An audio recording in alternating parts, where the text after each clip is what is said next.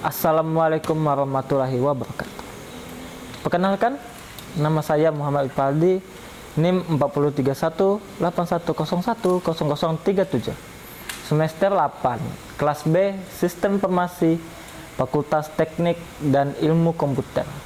Baiklah, kali ini saya akan menjelaskan tentang mazhab-mazhab dalam hukum Islam. Dan mata kuliah ini adalah agama 4. Mazhab yang pertama adalah mazhab Hanafi. Mazhab Hanafi didirikan oleh seorang yang bernama Abu Hanifah. Mazhab Hanafi juga merupakan mazhab yang terdapat di dalam hukum Islam.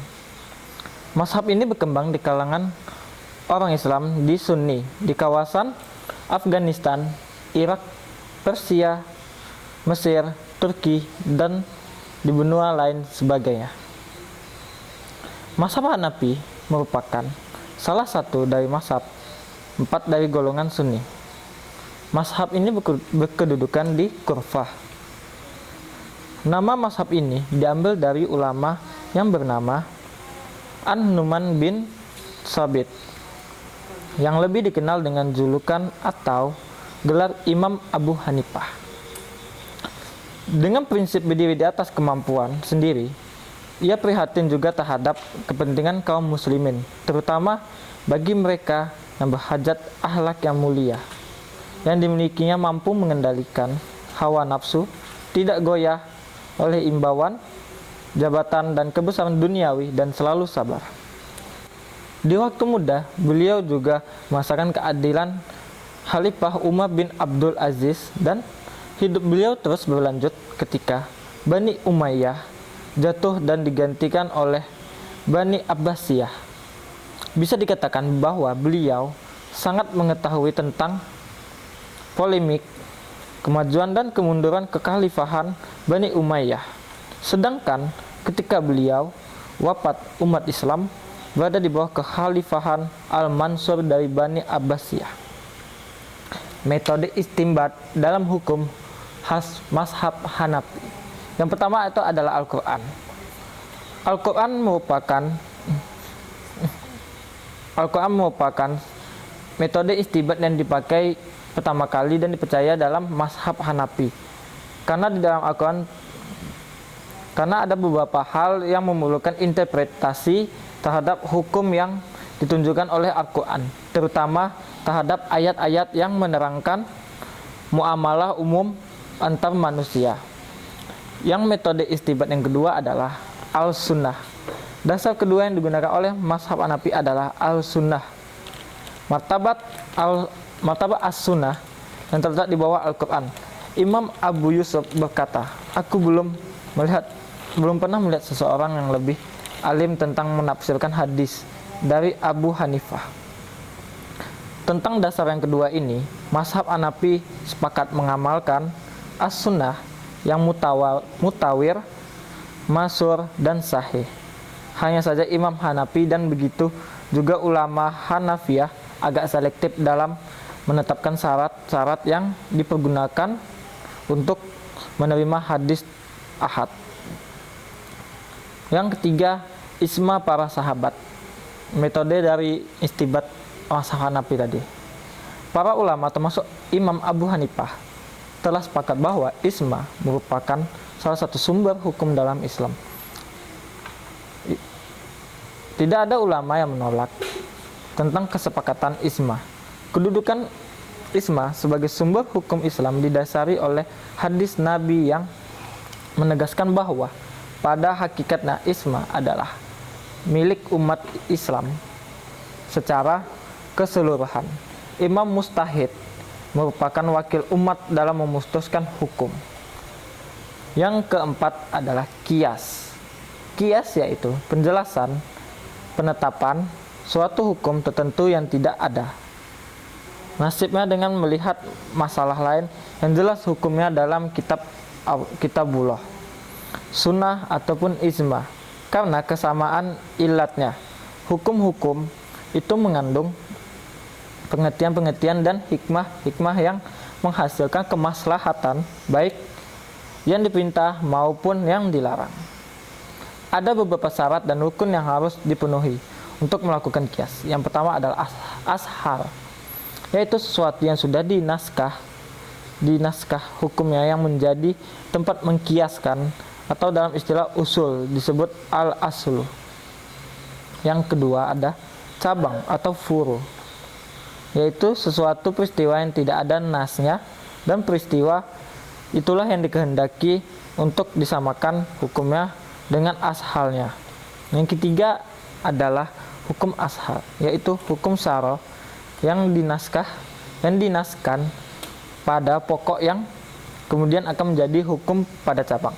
Yang keempat itu ilat hukum, yaitu sifat yang nyata dan tertentu yang berkaitan atau munasabah yang munasabah dengan ada dan tidak adanya hukum, dan ilat inilah yang menjadi titik tolak serta pijakan dalam melaksanakan kias. Metode selanjutnya setelah kias tadi adalah ihtisan. Dalam usul fikih Hanafiyah, Abu Hanifah banyak mendapatkan hukum dengan ihtisan, tetapi tidak pernah menjelaskan bagaimana maksud dari ihtisan itu tersebut. Yang kelima adalah uruf, adat. Uruf ialah kebiasaan masyarakat yang dijalankan secara terus-menerus, baik berupa perkataan maupun perbuatan. Yang kedua adalah mazhab Maliki. Mazhab Maliki memiliki nama lengkap, yaitu Malik bin Anas bin Malik bin Abi Amir bin bin Al-Haris bin Gaiman bin Hutsail bin bin Al-Haris Al-Ashabi Al-Humairi Abu Abdillah Al-Madani, dan merupakan imam Dar Al-Hijrah. Imam Malik menjadi mufti setelah mendapat persetujuan dari 70 syekh yang ahli ilmu. Dalam memberikan fatwa, Imam Malik hanya akan menjawab masalah yang sudah terjadi dan tidak melayani masalah yang belum terjadi. Meskipun ada kemungkinan akan terjadi, Imam Malik sangat berhati-hati dalam memberi fatwa, tidak mau menjawab pertanyaan yang tidak tahu. Dalam hal perpolitikan, Imam Malik sangat tidak suka terhadap celah mencela sahabat-sahabat Rasulullah SAW. Beliau tidak membedakan antara yang satu dengan yang lainnya. Dasar dan metode istihad dalam mazhab Maliki. Yang pertama ada Al-Quran, yang kedua As-Sunnah, yang ketiga adalah Ismah, dan yang terakhir adalah Qiyas. Metode itu juga tidak jauh berbeda dari mazhab-mazhab yang lainnya. Rata-rata mazhab-mazhab yang lain juga menggunakan dasar dan metode seperti yang sudah disebutkan tadi, seperti Al-Quran, As-Sunnah, Ismah, dan Qiyas. Baiklah, mazhab selanjutnya adalah mazhab Syafi'i. Mazhab ini merupakan sangat umum, terutama di daerah-daerah Indonesia. Mazhab ini didirikan oleh Imam Muhammad bin Idris As-Syafi'i. Beliau lahir di Palestina, Syam pada tahun 150 Hijriah dan wafat di Mesir tahun 204 Hijriah. Beliau termasuk keturunan Rasulullah SAW yang bertemu di garis keturunan kakeknya, Abdul Manaf. Setelah ayahnya meninggal, ibunya membawanya kembali ke Mekah untuk berguru kepada seorang mufti, Imam Muslim bin Al-Khalid. Dasar-dasar dalam mazhab Syafi'i, yaitu yang pertama adalah Al-Quran sebagai dahirnya. Selanjutnya adalah dasar-dasar mazhab Syafi'i. Mazhab Syafi'i ada beberapa dasar, yaitu yang pertama adalah Al-Quran. Dasar pertama dalam menetapkan hukum dalam mazhab Syafi'i adalah Al-Quran. Syafi'i lebih dulu melihat makna lafzi atau perkataan Al-Quran. Apabila suatu masalah tidak menghendaki makna lafzi, ia mengambil makna majazi atau kiasan. Apabila dalam Al-Quran tidak ditemukan hukumnya, ia beralih pada sunnah Nabi Muhammad SAW. Yang kedua ada as-sunnah atau ahlul hadis. Ahlul hadis dijadikan mazhabnya tidak terlalu cenderung kepada ahlul hadis dan tidak terlalu cenderung kepada mazhab ahlul rai. Beliau menerima Al-Quran, as-sunnah, al-ijma, al-qiyas, dan al-istidlal. Yang terakhir adalah mazhab Hambali.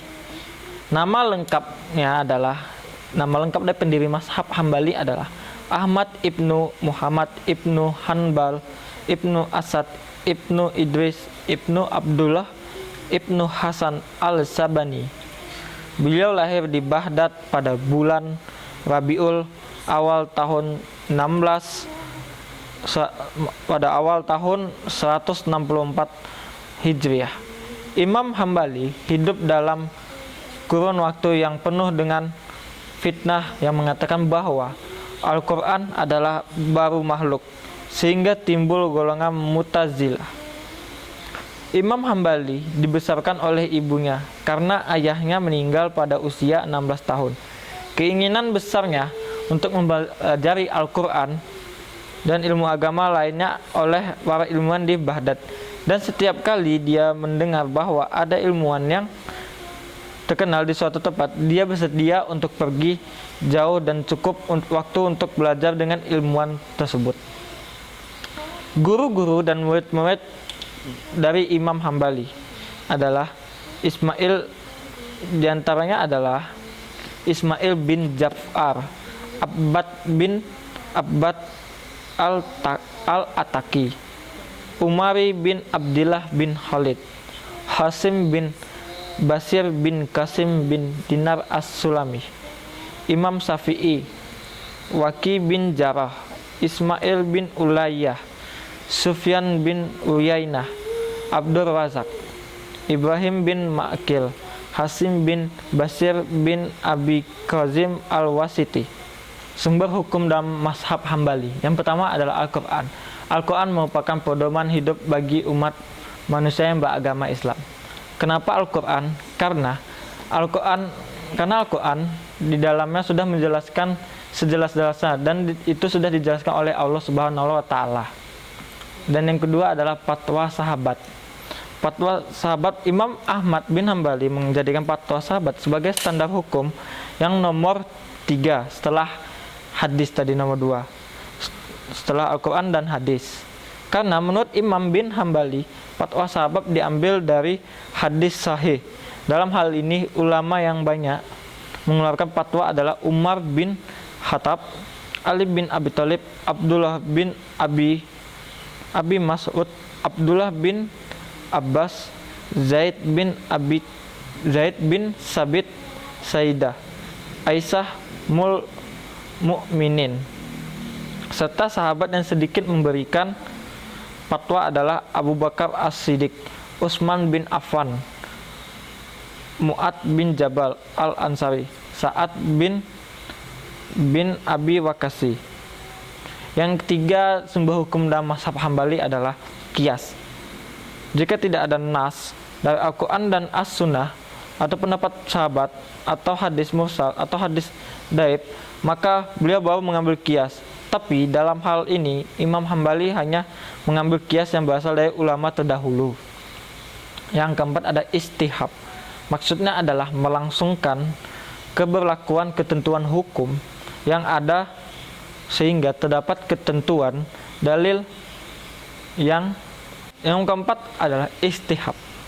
Maksudnya adalah melangsungkan keberlakuan ketentuan hukum yang ada sehingga terdapat ketentuan dalil yang mengubahnya. Istihab yang dimaksud baik berupa istihab akli atau melangsungkan keberlakuan hukum akal mengenai kebolehan atau kebebasan asal pada saat tidak dijumpai dalil yang mengubahnya, maupun istihab syar'i. Yang kelima ada syad az-zara'i, adalah menghambat, menghalangi, dan menyumbat segala hukum yang menuju kepada kerusakan atau maksiat.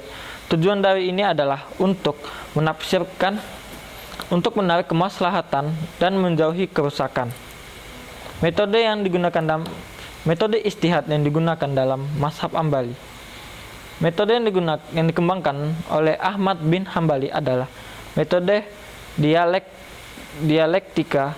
Hal ini dapat kita lihat dari cara beliau menjelaskan tentang suatu hukum fikih. Imam Ahmad menjelaskan tentang syarat-syarat penegakan sanksi potong tangan. Dari sisi pelaku pencurian, syarat-syarat yang meski dipenuhi adalah pencurinya sudah mukallaf, dapat memilih merdeka dan budak pemilik meskipun subbat. Kesimpulan yang dapat ditarik dari penjelasan di atas adalah mazhab adalah pokok pikiran atau dasar yang digunakan oleh imam mujtahid dalam memecahkan masalah atau mengistimbatkan hukum Islam, di mana mazhab mencakup sekumpulan hukum-hukum Islam yang digali seorang imam mujtahid, usul fikih yang menjadi jalan tarik yang ditempuh mujtahid itu untuk menggali hukum-hukum Islam dari dalil-dalilnya yang rinci. Bermazhab secara benar dapat ditempuh dengan cara pertama, wajib atas mukallid suatu mazhab untuk tidak fanatik atau ta'assub terhadap mazhab yang diikutinya. Kedua, bahwa sesungguhnya pemahaman kita terhadap perbedaan-perbedaan pendapat khilafiyah di kalangan mazhab-mazhab adalah sesuatu yang sehat dan alamiah. Baiklah, sampai di situ saja penjelasan dari saya. Lebih dan kurang saya mohon maaf. Wabillahi taufiq wal hidayah. Assalamualaikum warahmatullahi wabarakatuh.